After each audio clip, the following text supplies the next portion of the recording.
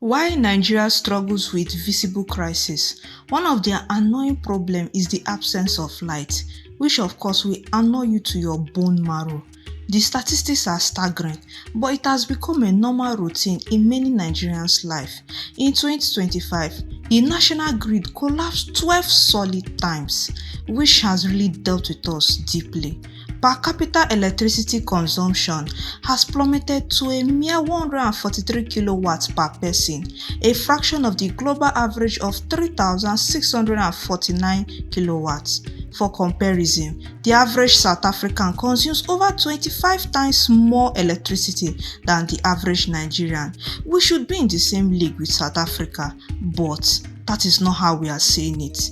The light problem is so inconvenient that we have to be thinking of tearing our generator every single time. This fundamental issue still drags the economy backward, makes industry to leave the country, and yet again still dims the light of the future of its youth. So my wonderful viewers, I will have to explain why light issue is dragging Nigeria backward. Let's get started.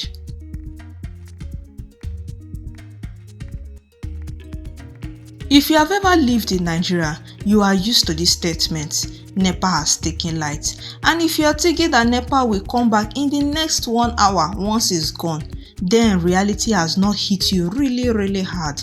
A groundbreaking 2025 study analyzing grid data from a major Nigerian city found out that customers experience an average of 640 outages per year, which will bring you to a total of roughly 160 days in complete darkness. In fact, that number is just too much. There are 3 reasons for this blackout. Number 1, there's a direct result for insufficient generation.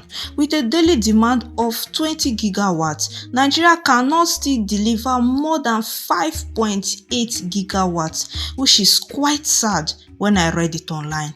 Number 2, there are forced outages caused by aging, crumbling infrastructure, snapped conductors, shattered insulators, and equipment failure exacerbated due to neglect from those who are supposed to look after it.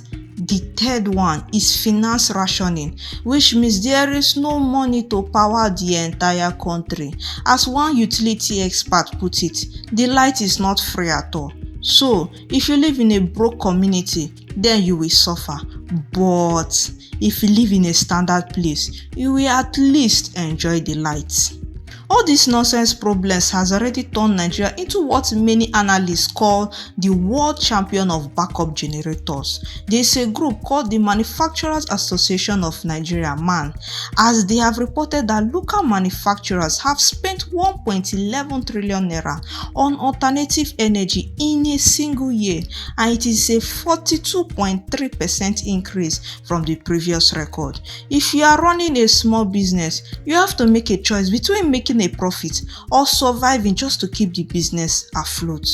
Another guy that had to lament was Mansour Ahmed, who is the chair of the Pan-African Manufacturers Association.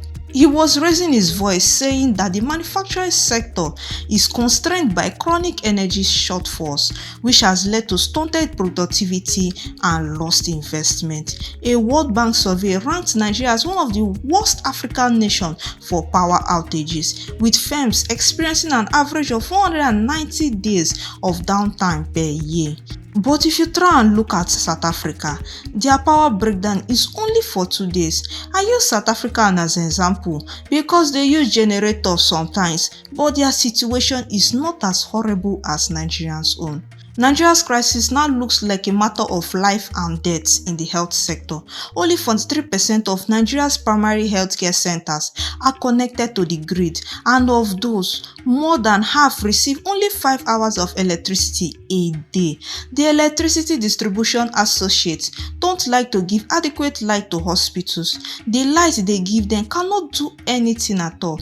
Vaccines will spoil in refrigerators, surgery have to be conducted by flashlights, and emergency care at night is a gamble because they don't have light to help you to receive your call and get you quickly to the hospital. They like to play with human life as if it means nothing to them. It is not funny at all. We are complaining of the youth unemployment. How about they try to employ them to the oil and gas sector? And I have a reason for saying so. The oil and gas sector, which are the very industry that should be fueling power plants, is facing an alarming manpower meltdown. Indigenous firms now produce over half of Nigeria's crude but are struggling to find skilled successors, which of course are the youth whom they refuse to employ.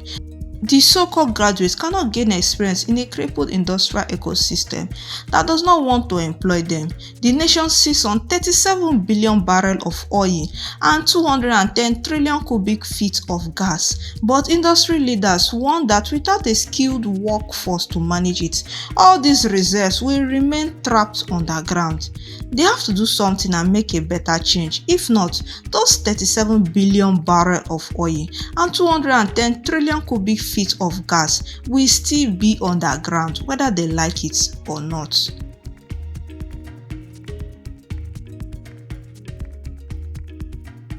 The question for Nigeria is not simply how to keep the lights on, it's whether it can finally plug in the vast, energetic and entrepreneurial power of its own people.